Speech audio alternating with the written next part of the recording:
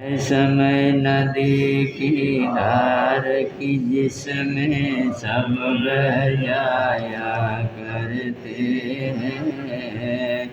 है समय बड़ा तूफान प्रबल पर्वत झुक जाया करते।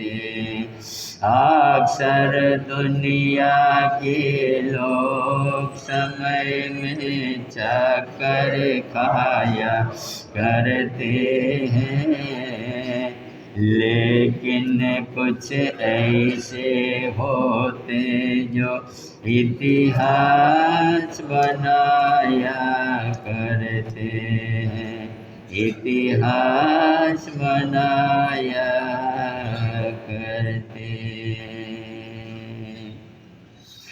समादरणीय मुनिमंडल, उपस्थित धर्मानुरागी महानुभावों, सुशीला माताओं एवं बहनों, सर्वप्रथम वीतराग परमात्मा श्रमण भगवान महावीर स्वामी के पावन चरणारविंद में आचार्य भगवान, उपाध्याय भगवान एवं आराध्य गुरुदेवों के श्री चरणों में कोटि वंदन करने के पश्चात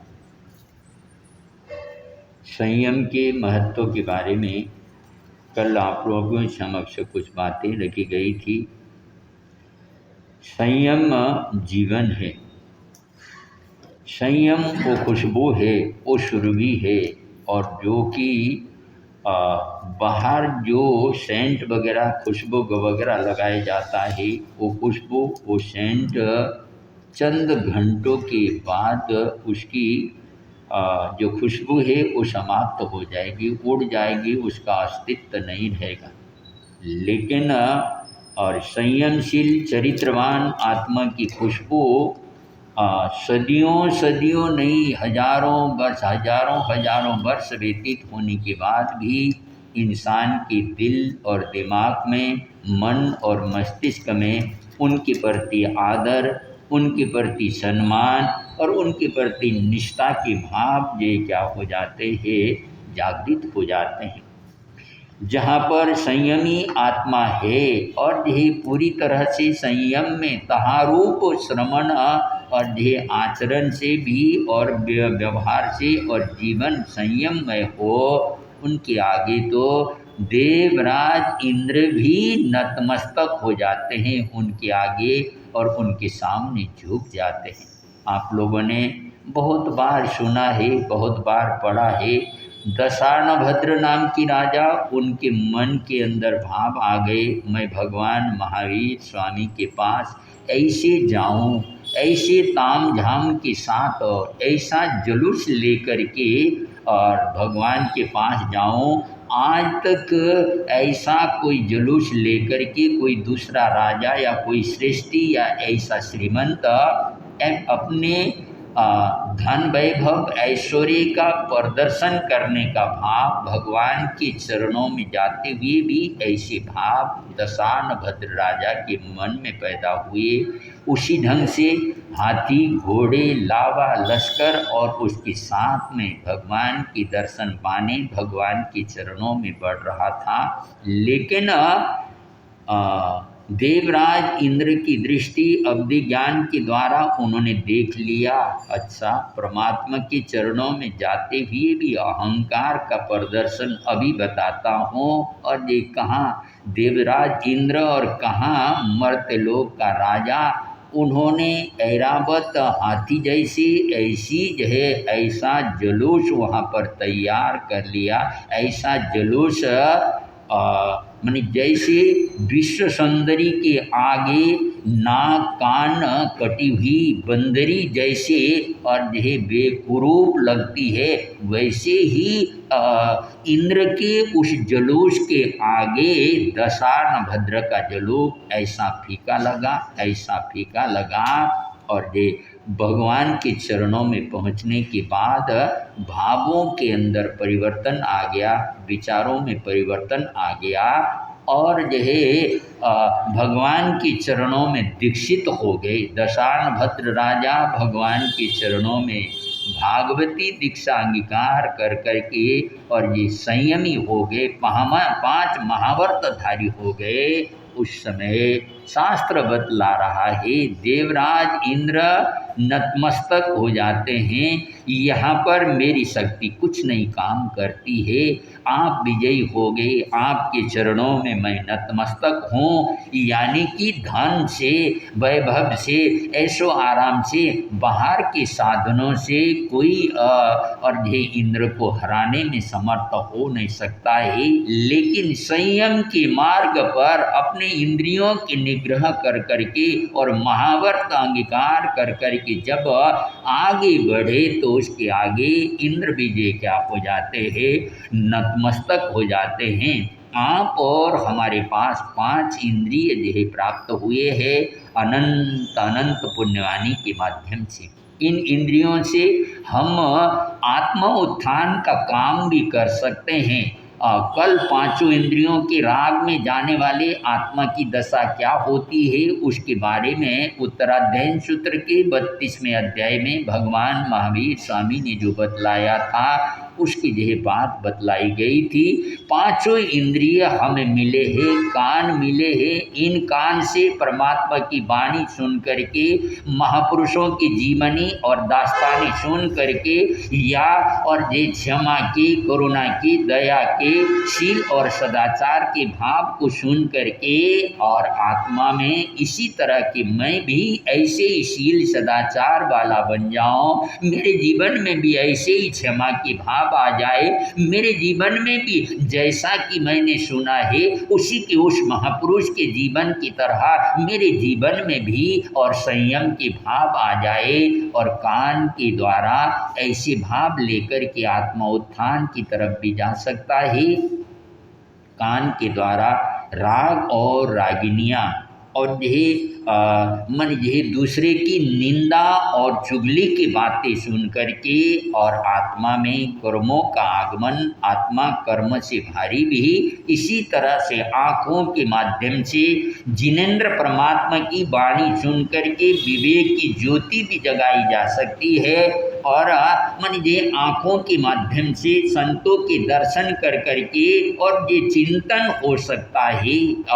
ये छोटी उम्र के अंदर 15, 18, 20, 22 साल की उम्र में और ये अनुकूलता होते हुए, शरीर स्वस्थ होते हुए, घर छोड़ करके, बार छोड़ करके, माता पिता परिवार सब कुछ छोड़ करके और यावत जीवन के लिए संयम को अंगीकार कर करके आगे बढ़ रहे हैं। धन्य है इनका जीवन। लेकिन मैं और जिनेंद्र परमात्मा की यह वाणी सुनने वाला या जैन धर्म में अपने आप को जन्म लेने वाला होने के बावजूद माला तक भी नहीं कर पाता हूँ और ये सामयिक आदि भी मेरे से बनती नहीं या पुरुषार्थ मैं नहीं कर पाता हूँ। धन्य है इनके जीवन को। तो मतलब ये कहने का उन आँखों के माध्यम से देख करके कर्म काटने की तरफ भी जाया जा सकता है और ऐसे दृश्यों को देख करके उसके माध्यम से विषय विकार को जगा करके कर्म बंधन का कारण भी और हो सकता है।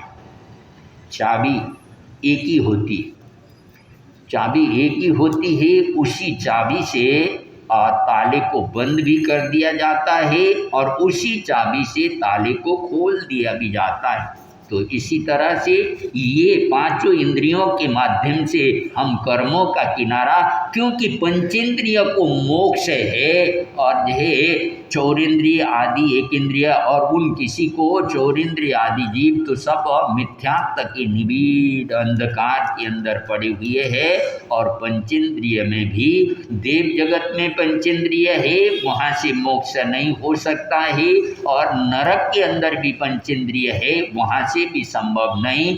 मनुष्य के माध्यम से ही कर्मों का किनारा कर करके आत्मा मोक्ष पद को प्राप्त कर सकती है।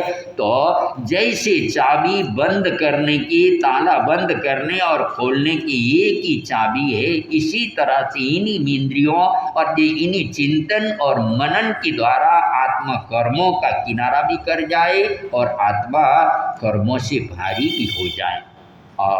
माने ऊपर चढ़ने के लिए जीना अलग और नीचे उतरने के लिए जीना अलग ऐसा नहीं होता है।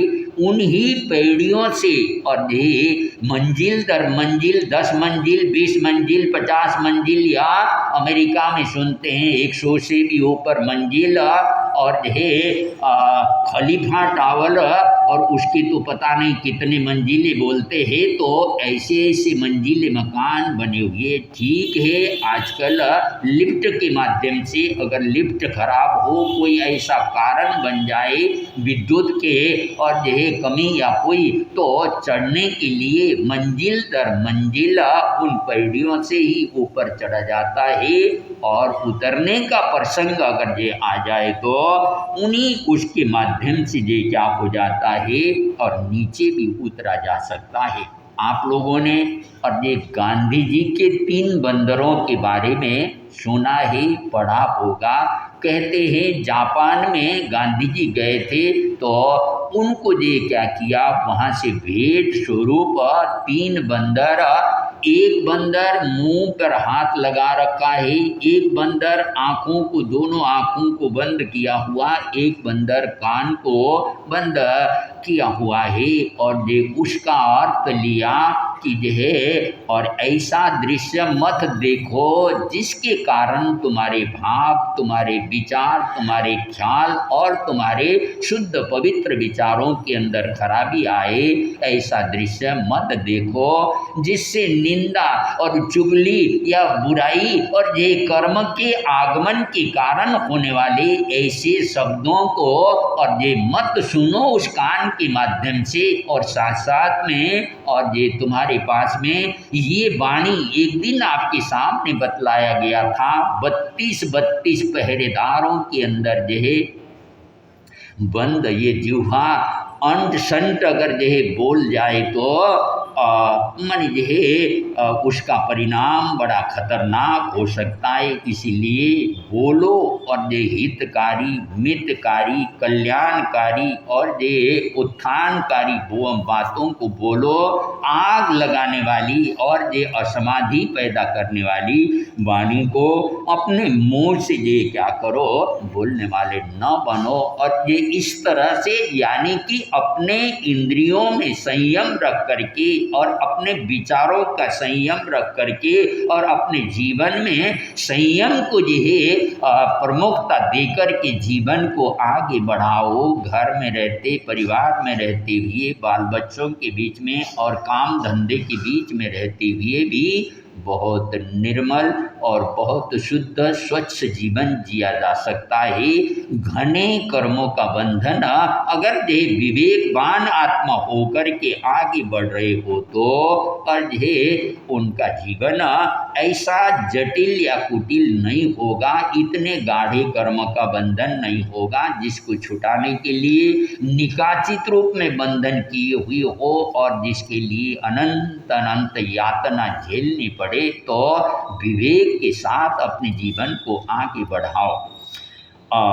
पाटलिपुत्र के अंदर कोषा नाम की और अनन्य सुंदरी, और वो उसके रूप और सौंदर्य को देख करके वहाँ के नरेश का जो रथकार, रथ को चलाने वाला, और ये वो उस कोषा के रूप और सौंदर्य पर बहुत आकर्षित हो गया, बहुत आकर्षित हो गया। और वो और ये तीरंदाज भी ऐसा गजब का था, और ये राजा का रथी और ये राधा का मुंह लगा हुआ, यानी कि बहुत प्यारा और वो व्यक्ति था। एक बार और ये उसने राजा के सामने बात रखी कि कोषा और ये को मैं चाहता हूँ, उसे मुझे उपलब्ध करा दिए। तो राजा ने कहा ठीक है, कोषा को तुम्हें उपलब्ध करा दिया जाता है। और जब बात आ गई, कोषा को बुलाया और ये उसके सामने चर्चा चली तो और ये कोषा ने कहा, और ये संसार के अंदर अगर कोई पुरुष है, पौरुष अगर किसी के जीवन के अंदर है, वो पौरुष को धारण करने वाला तो स्थूली भद्र के मुकाबले के अंदर पौरुष और पुरुषत्व को धारण करने वाला कोई दूसरा इंसान नहीं। वो रथकार और जो उसने सोचा मेरी कौशल को ये जानती नहीं है, इसलिए और स्थूलिभद्र की ये बात को बतला रही है। मैं दिखाता हूँ अपनी कला को। और मन ये अपने तुनेर से और तीर निकाल करके, और आम के पेड़ में आम लगे हुए थे, मन ये 1 2 3 लाइन से और तीर छोड़ने शुरू कर दिया। और एक तीर में दूसरा तीर गड़ गया, तीसरा उसमें गड़ गया, चौथा उसमें गड़ गया। पेड़ में आम के फल लटके हुए हैं और वहीं पर बैठे बैठे और तीर के माध्यम से 1 2 3 पता नहीं 20 30 कितने तीर छोड़े गए होंगे, और तीर के माध्यम से आम को तोड़ करके सामने लेकर के आया। मेरी कला को देख करके ये कोसा जे क्या होगी, प्रभावित तो हो जाएगी उस दृष्टि से। तो कोसा ने विचार किया, इसको अपनी कला के ऊपर गर्व है, गौरव है, मैं भी बताऊं अपनी कला को। उनके सामने आदेश दिया गया सरसों की ढेरी लगाए जाए। यहाँ पर 20-30 मन सरसों की ढेरी यहाँ पर लगा दिया जाए, और उस ढेरी के ऊपर सुइयाँ ऐसे कर कर के सुइयों को खड़ी कर दिया जाए। और जैसा आदेश हुआ उस तरह से सरसों की ढेरी और उसमें सुइयाँ और ऊपर खड़ी कर दी गई। और ये कोसा और उसके ऊपर जो है और जाकर के ऐसा नाच दिखाने लगी, ऐसा नाच दिखाने लगी, गजब की बात। देखने वाले दांतों तले अंगुली दबा करके देखते के देखते रह गए। और ये एक भी सरसों का दाना इधर से उधर हिल नहीं रहा, और एक भी सुई अंदर धस नहीं रही। ऊपर ही ऊपर, जैसे कि बैक्रिय शरीरधारी, जैसे देवता का शरीर इतना हल्का होता है, ऊपर ही उनके पैर जमीन पर नहीं पड़ते, उसी तरह से ऐसा नाच दिखाया, ऐसा नाच दिखाया। और वो रथी भी दांतों तले अंगुली दबा कर के देखता का देखता रह गया। तो उस समय और कोसा कहती है, न दुःकरम अम्बयलंबितोड़नम, न दुःकरम सरिसवनच्यानम, न दुःकरम तंच महानुभावम, जमसो मुनि पगय बनमी बुच्छो। तो मनी वो कोसा बतला रही है गाथा के माध्यम से कि तीर छोड़ करके आम को तीरों के माध्यम से ही आम को तोड़ करके एक ही जगह बैठे बैठे आम को तोड़ करके ले निकालना, ये कोई दुष्कर नहीं है, ये अभ्यास की बात है। अभ्यास करने से और पता नहीं क्या क्या और ये मिल सकता है, हो सकता है। और न ही और सरसों के दाने के ऊपर और ये सुइयों को खड़ा कर करके नाचना, ये भी ये क्या कहे दुष्कर काम नहीं है। लेकिन वासना की दावानल कहते हैं जंगल की आग, इतनी खतरनाक आग होती है, उसको काबू पाना। और ये उसी में अगर थोड़ी हवा चल रही हो तो लपटों पर लपटे इधर से उधर फैलती चली जाती है। जंगल की आग को दावानल कहते हैं। और दावानल के अंदर और रूप और सौंदर्य की खदान और ये वासना की दावानल के बीच में रहते हुए भी मन के अंदर एक रत्ती भर भी और विकार आने न देना। और दावानल की गर्मी के आगे भी मक्खन क्या हो जाए, पिघल न सके। और ऐसा जीवन और ऐसा जीवन जीने वाले स्थूलिभद्रा और उनका जीवन ऐसा महान, ऐसा उनका जीवन तो संयम अपने इंद्रियों पर, अपने मन पर, अपनी वासना पर, अपनी इच्छा पर और विजय प्राप्त करना, ये बहुत बड़ी बात है।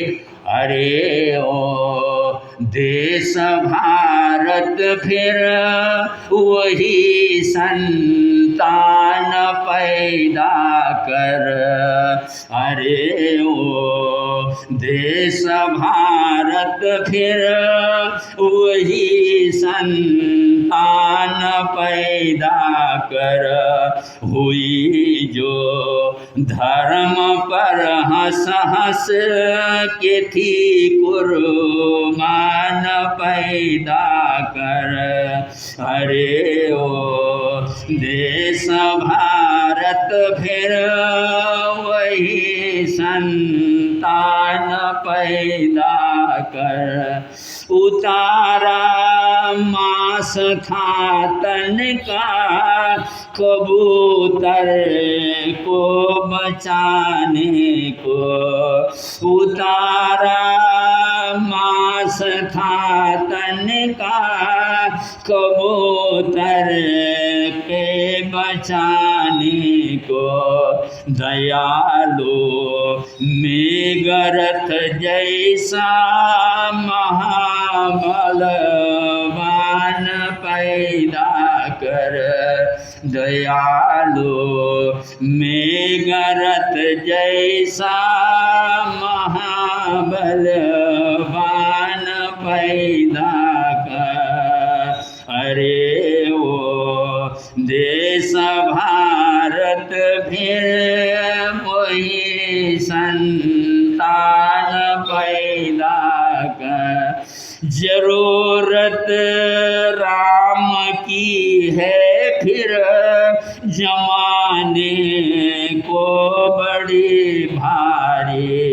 जरूरत राम की है फिर जमाने को बड़ी भारी। सती सीता भरत लक्ष्मण बलि हनुमान पैदा कर। सती सीता भरत लक्ष्मण बलि हनुमान पैदा कर। अरे ओ देश भारत फिर वही संतान पैदा बनाया।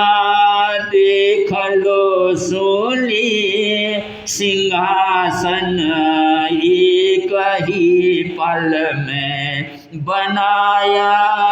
देख लो सोली सिंहासन एक ही पल में। सुदर्शन सेठ जैसा फिर गुणी इंसान पैदा कर। सुदर्शन सेठ जैसा फिर गुणी इंसान पैदा कर। अरे ओ देश भारत फिर वही संतान। प्रदेशी भूप को जिसने कराई संगति सच्ची। प्रदेशी भूप को जिसने कराई संगति सच्ची। चतुर चित जैसा चंदन पुनः प्रधान पैदा कर। चतुर चित जैसा चंदन प्रधान पैदा कर।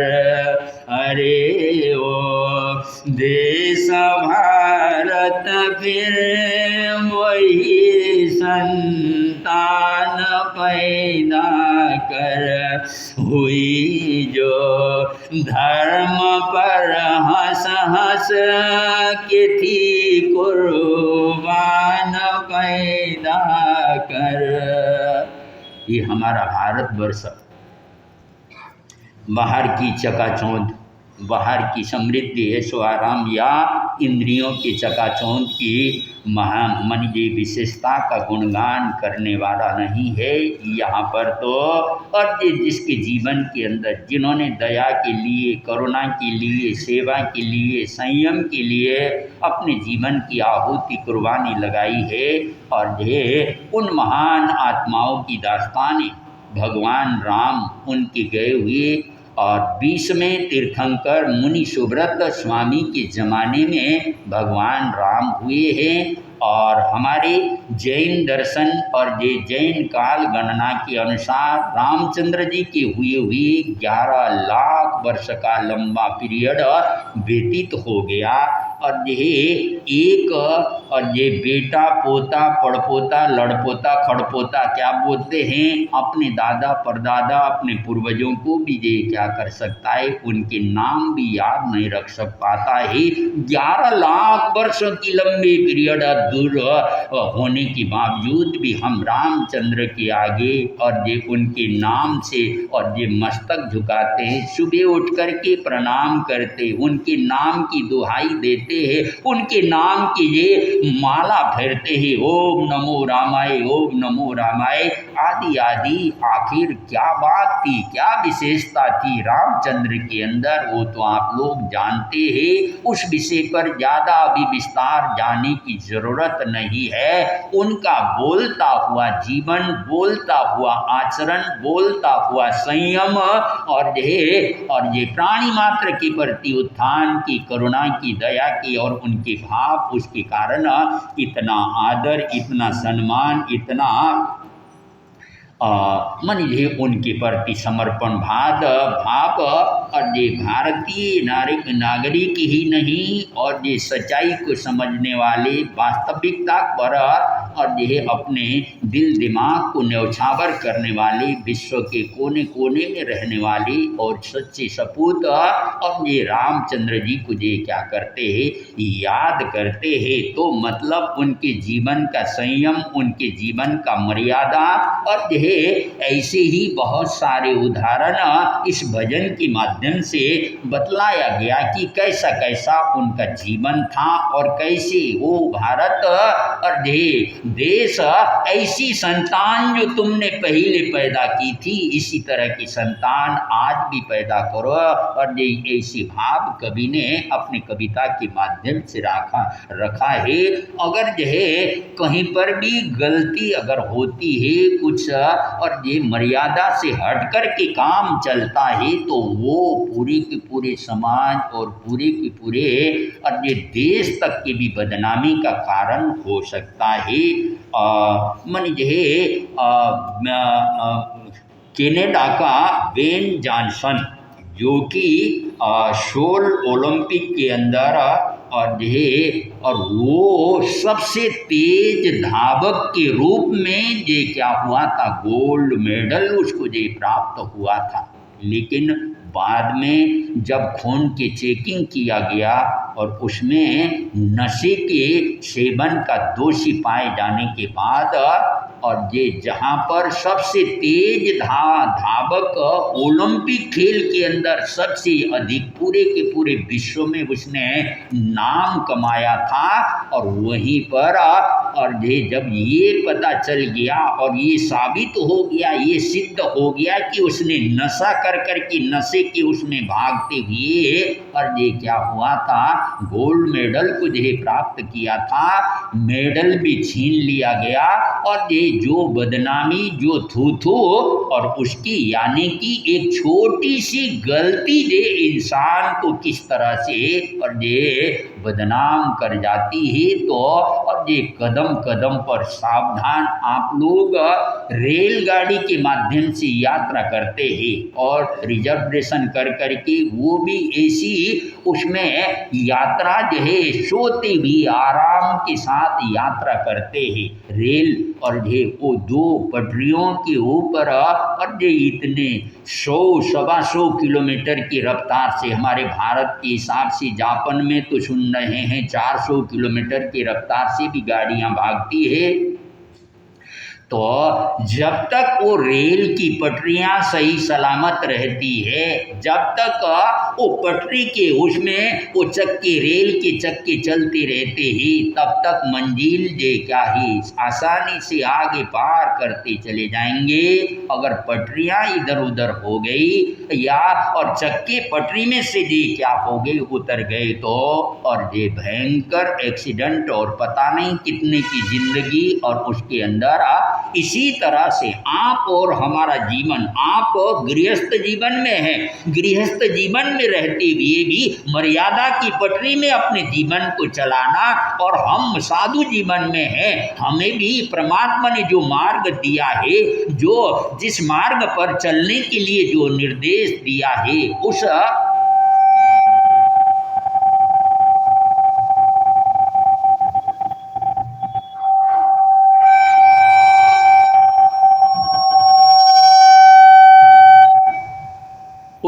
परमात्मा के दिखाए पटरी पर अगर हमारा गृहस्थ हो तो गृहस्थ के रूप में, अगर और ये साधु साधवियाँ हो तो साधु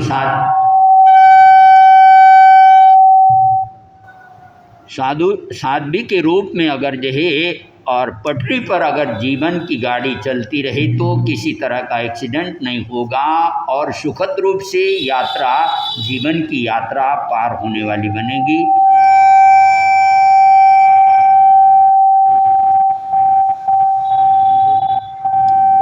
बंद कर दे। हाँ, तो बतला रहा था, इधर टाइम भी हो रहा है और अधिक लंबा न ले जाते भी अपने वक्तव्य को यहीं पर विराम दे रहा हूँ कि संयम के महत्व को हम समझें और जीवन को आगे बढ़ाएं तो हर तरह से आनंद रहेगा, मंगल रहेगा, सुख शांति रहेगी। सभी भाई बहनें 5-5 नौकार का उच्चारण करेंगे, लेकिन कोई भी खुले मुँह से नहीं बोलेगा, रुमाल या हाथ लगा कर के बोलेंगे। नमो अरिहंतानां, नमो सिद्धानां, नमो आयरियानां,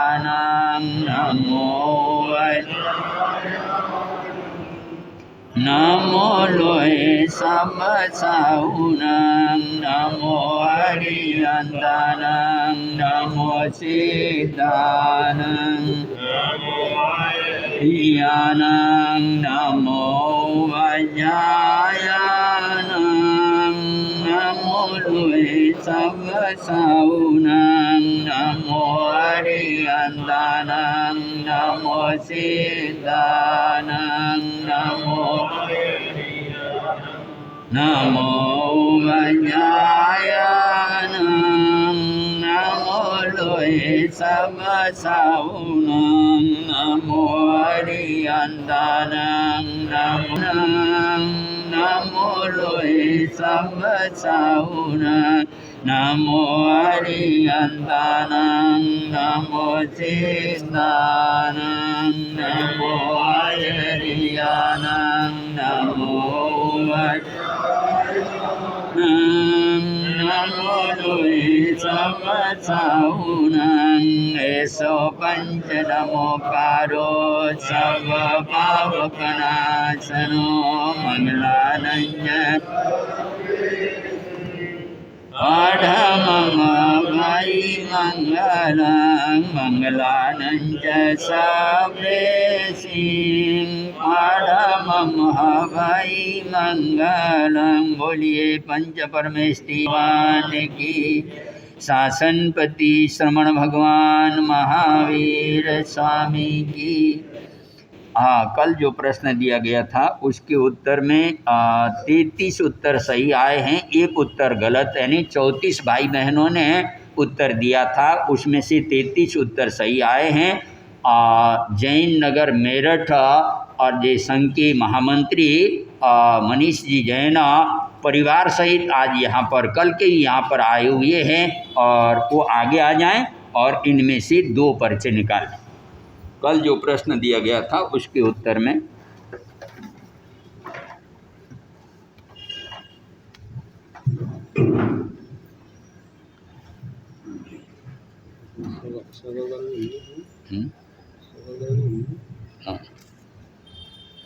हाँ,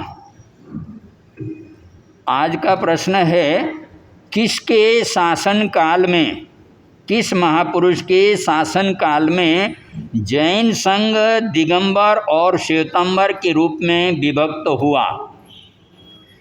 किस महापुरुष के शासन काल में जैन संघ दिगंबर और श्वेतांबर के रूप में विभक्त हुआ? पेज नंबर 175 से आगे, यानी उसके बाद के पेज में पढ़िएगा, उससे पहले के पेज में उत्तर नहीं मिलेगा।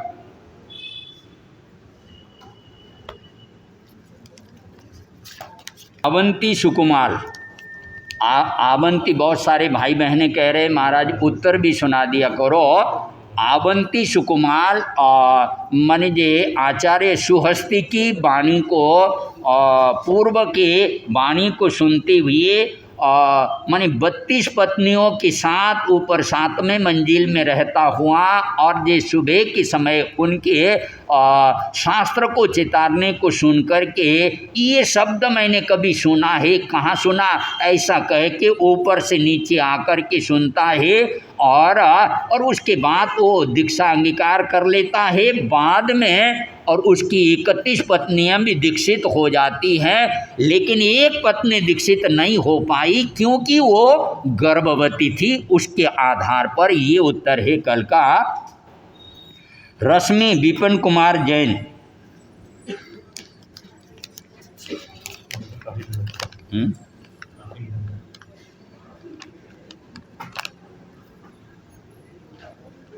हाँ, जिनके 2-3 बार आगे वो बहनें अगर उदारता अपना ले तो, और ये औरों को भी चांस मिल सकता है। अलका भूषण जैन।